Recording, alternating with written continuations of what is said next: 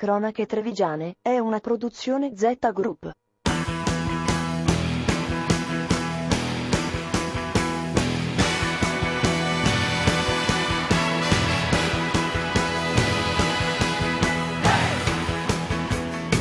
Un programma in collaborazione con Uindustria Treviso, Provincia di Treviso, Casatella Trevigiana DOP, Gruppo Apo VF, Gruppo Grigolin. Buongiorno, questa mattina allo studio ideale di Cronache Trevigiane in Piazza dei Signori per l'8ª edizione di Gelato di Marca. Con noi il presidente Mario Pozza di Confartigianato Marca Trevigiana. Buongiorno Presidente. Buongiorno a voi. Allora, una prima domanda è quella che riguarda il comparto gelatiere e pasticceria. Ecco, come sta andando? Direi che è uno dei comparti che in questo momento sta andando molto bene, anzi ci sono delle opportunità per i giovani, per chi vuole affrontare il futuro con un'attività senza grandi investimenti, con una professionalità, di avere anche dei riscontri dal punto di vista economico. Ecco, la più grande novità che oggi presentate è questo Artigelato, un marchio di garanzia di qualità. Di che cosa si tratta? Si tratta di un protocollo di lavorazione del gelato con prodotti certamente naturali, con prodotti del territorio. Chi entra nelle gelaterie e vede esposto questo marchio sa che è garantito dalla materia prima alla produzione. Questo è un ulteriore elemento che va a supporto dei prodotti artigianali, che quando uno si affaccia a questo tipo di mercato sa che è garantito. Possiamo dire gelato come quello di una volta? È il gelato che c'era una volta, è il gelato di una volta e come adesso, perché con questo protocollo siamo certi che la produzione è al naturale, non è gelato modificato geneticamente, non sono quei gelati che non si sciolgono al sole, sono quei gelati che si gustano e si mangiano con gusto. Ecco, aspettando invece il caldo estivo, il gusto dell'anno sembra essere proprio un gusto rinfrescante, il gelato al tè, una novità assoluta anche questa. Sì, il gusto è il tè, un gusto molto difficile da farsi, l'hanno spiegato i tecnici in conferenza stampa. Le 250 gelaterie della marca trevigiana di gelato artigianale spero che avranno l'opportunità quest'estate di presentare questo nuovo prodotto. Posso dare qualche numero: 250 gelaterie artigianali in provincia di Treviso, 1500 dipendenti. Questi sono i numeri del gelato artigianale, ha delle potenzialità ancora maggiori. Grazie mille allora al presidente di Confartigianato Marca Trevigiana Mario Pozza. Noi vediamo il primo servizio di Cronache Trevigiane. Un piano da 11 milioni di euro per lo sviluppo del Veneto orientale. Questo è il progetto di Vegal, l'Agenzia dello Sviluppo per il Veneto Orientale, che ha presentato un programma in 15 bandi che mirano a valorizzare le risorse di un territorio legato soprattutto all'economia turistica del litorale.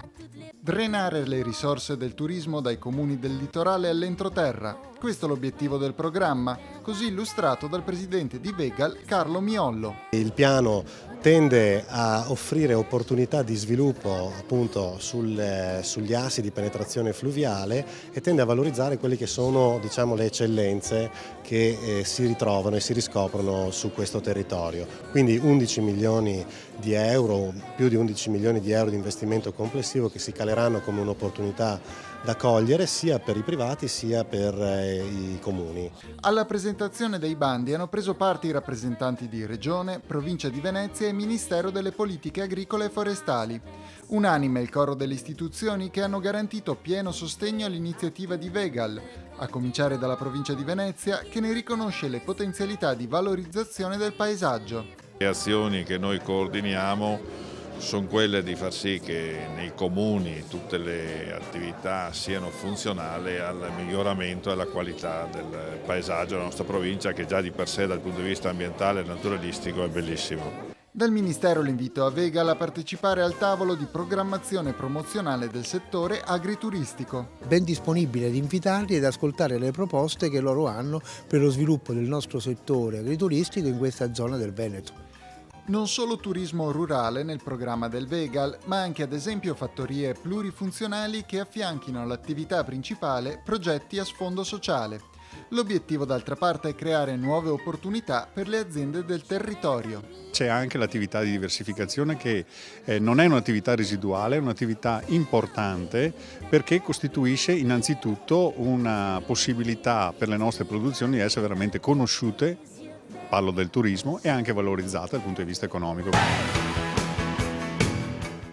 Adesso abbiamo una richiesta speciale, mi pare di capire, un gusto preparato sul momento. Beh, diciamo che il sindaco Gentilini ha parlato di Raboso, mi ha raccontato la storia di Raboso e siamo andati a prendere Raboso e facciamo Una pallina di tempo gelato. zero il gelato a Raboso. Quindi fra 10 minuti il gelato è pronto. Cambio sul ponte di comando del gruppo Giovani Imprenditori di Unindustria Treviso. Il nuovo presidente è Federico Pompeo, che succede a Silvia Dalcin, che ha terminato il suo mandato triennale. Sentiamo le sue prime positive impressioni nella veste di presidente dei Giovani Imprenditori Trevigiani. Non voglio guardare alle difficoltà, perché spesso, devo dire, anche a livello confindustriale tante volte ci lamentiamo per i problemi che giustamente ci sono, ma penso che guardando alle nuove generazioni dobbiamo dare sempre un punto di vista positivo, dobbiamo dare l'idea che dandosi da fare, impegnandosi, lavorando è possibile ottenere dei risultati, nonostante tutti i problemi. In concomitanza con le elezioni si è tenuto un convegno dal titolo Verde Creativa Internazionale, la nuova impresa italiana. Il gruppo Giovani di Unindustria Treviso ha sempre avuto una vocazione naturale all'innovazione e alla sostenibilità ambientale, temi portati avanti con forza da Silvia Dalcin durante i suoi 3 anni di presidenza.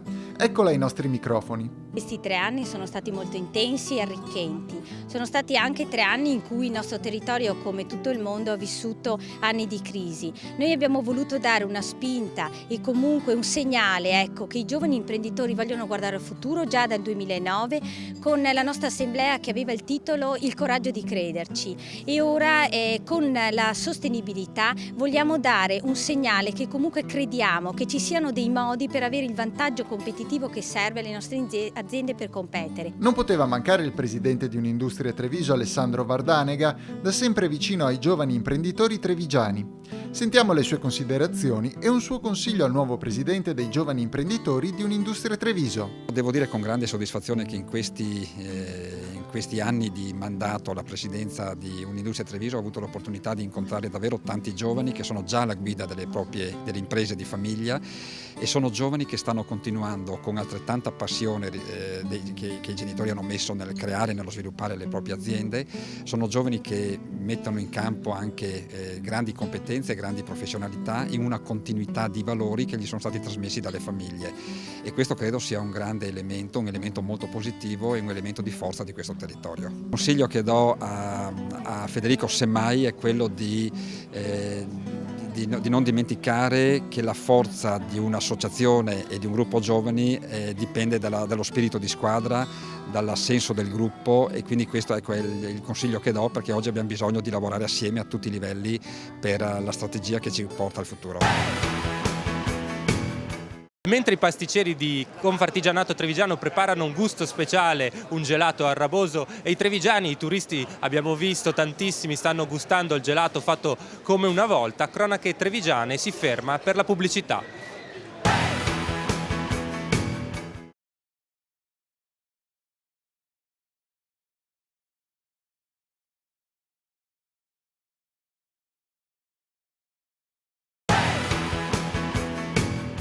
Torniamo nel nostro studio ideale di Piazza dei Signori. Con noi c'è Marco Viel, presidente di Confartigianato Veneto del settore gelatieri. Ecco, chiediamogli un po' di svelarci questo segreto, il segreto della ricetta del nuovissimo gelato al gusto di tè. Ci sono vari tipi di tè, ecco come viene prodotto.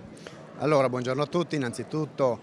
Il gelato al tè. Il gelato al tè sicuramente verrà fatto come un sorbetto, quindi sarà base acqua, zuccheri che possono essere destrosio, saccarosio o sciroppi di zucchero, e quindi grazie al freddo verrà creato il gelato al tè. Sicuramente verrà fatto un infuso del tè, quindi vedremo diversi tipi di tè, diversi tipi di gusti diversi, insomma. Quali sono le varianti possibili?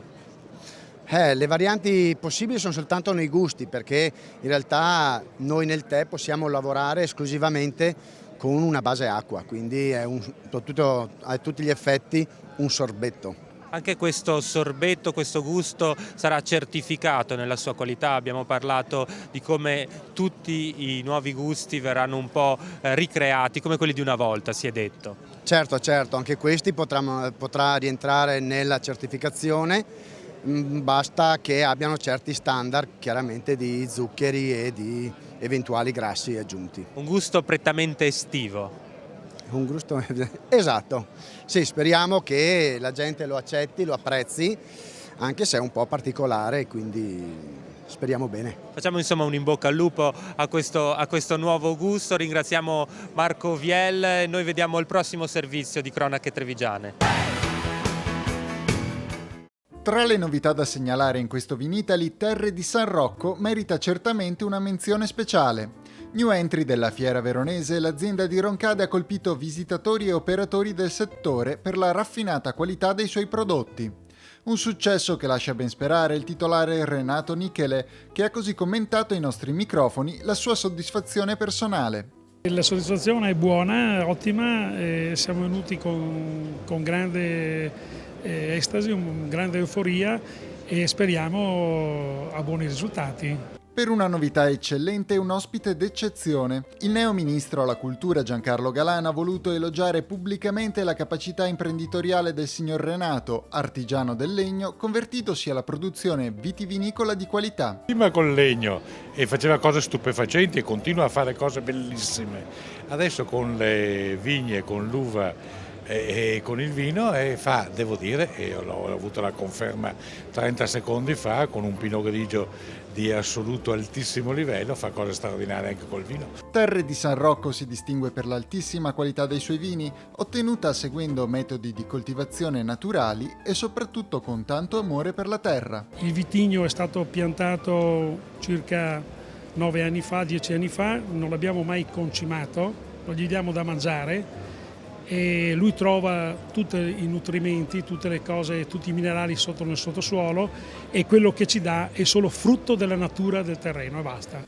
Professionalità, impegno e passione per il proprio lavoro. Questo è lo spirito che ha contraddistinto l'attività del signor Nichele. Uno spirito che, sostiene il ministro Galan, gli assicurerà il successo anche come produttore vitivinicolo. Lo stesso approccio c'è anche evidentemente nel fare vino, che non è un compito facilissimo, dove la concorrenza probabilmente è anche superiore che nel legno.